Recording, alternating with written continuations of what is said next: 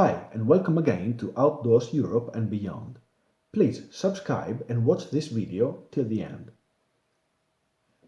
These are the Valli del Natisone as one can see them in autumn. This video was taken at the beginning of November 2022. Behind me there are, from left to right, the Rifugio Guglielmo Pelizzo, the top of Mount Matajur and the Astronomical Observatory.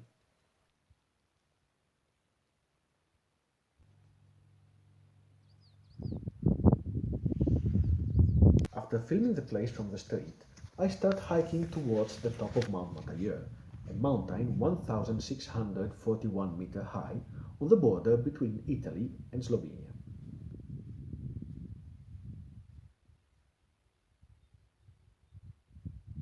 Soon, I find the typical trail signs that one can find everywhere in Italy.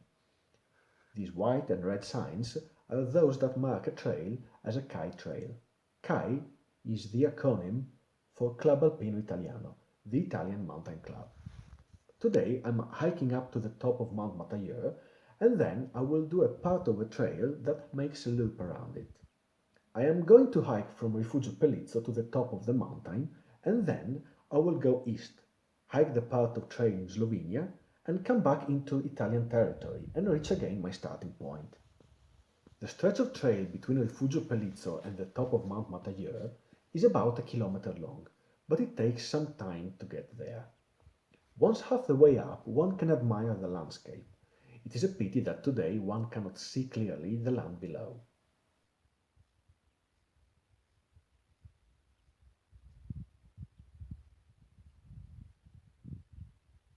But now I continue towards the top.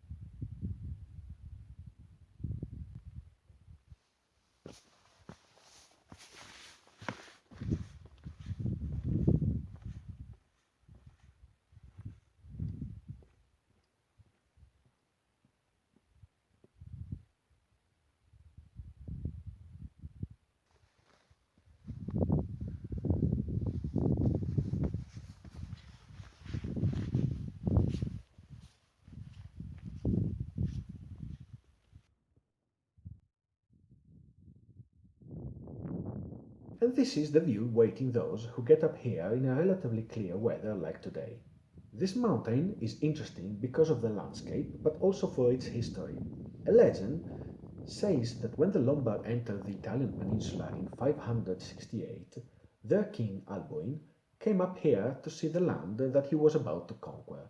And in much more recent times, during the First World War, Erwin Rommel, then a young lieutenant, conquered the mountain, and from here many of his soldiers saw the sea for the first time in their lives.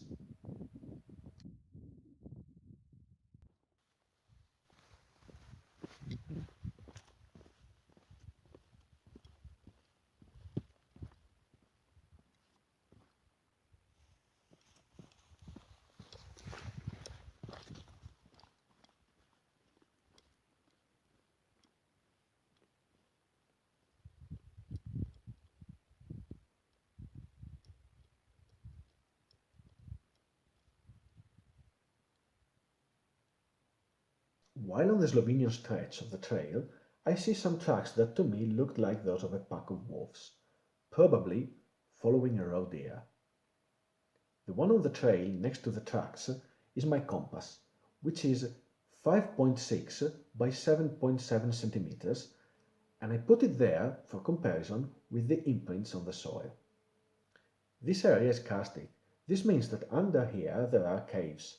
This depression on the soil is one of the many entrances, although covered with stones and vegetation, and it is only one of the many along this trail.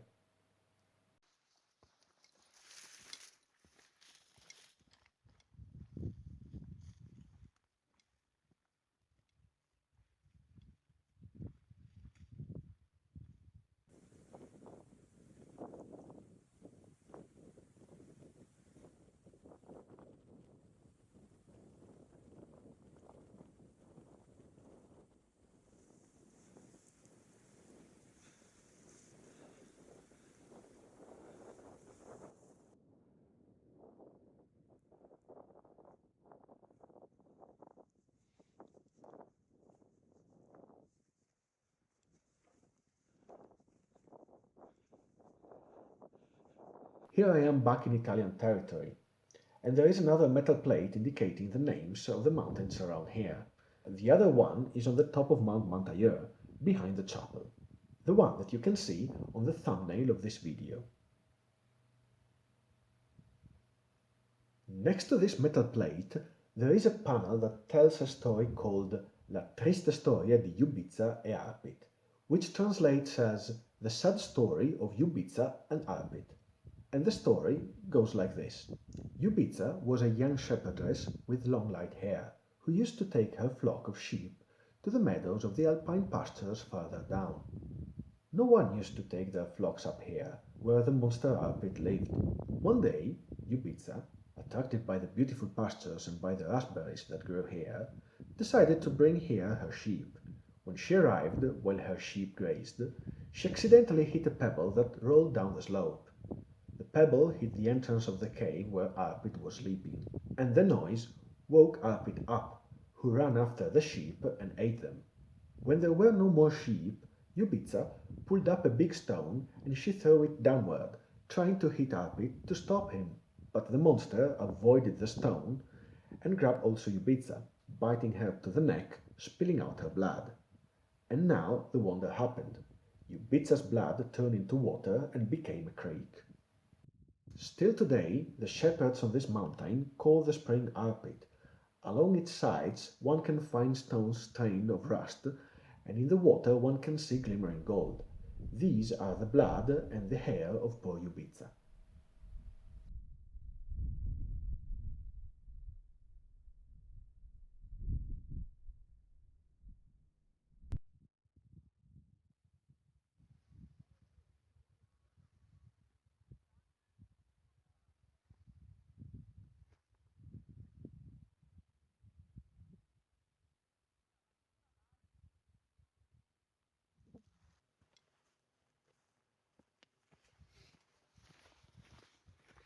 After finishing reading the panel, I go towards the Mersino alpine pastures.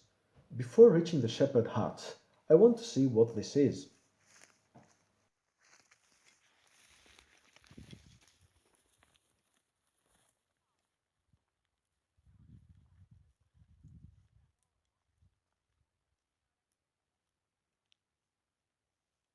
Once on it, I realize this looks like a hunting stand, or a stand for birdwatchers. Maybe it was never finished, or maybe it was partially dismantled. That is difficult to tell. And when finally I reach the huts, I sit down for a while to drink some water. While I'm sitting there, I look at the buildings for architectural characteristics typical of this area.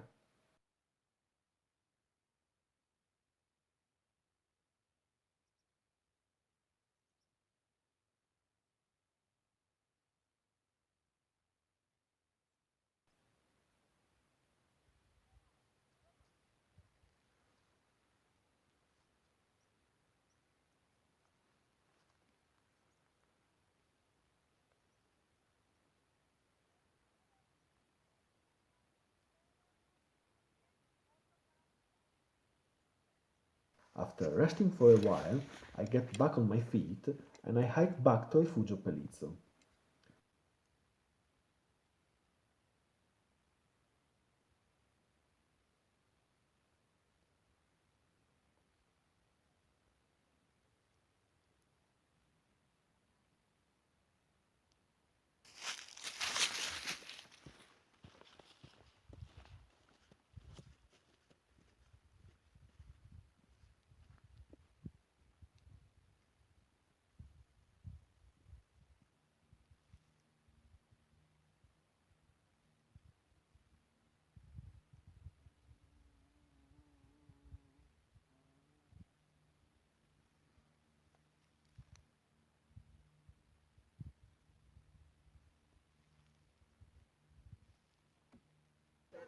Once there, I find the parking area full of other cars. I quickly change my boots and I start driving towards Cividale del Faiuli and the plain, westward, towards the end of the day.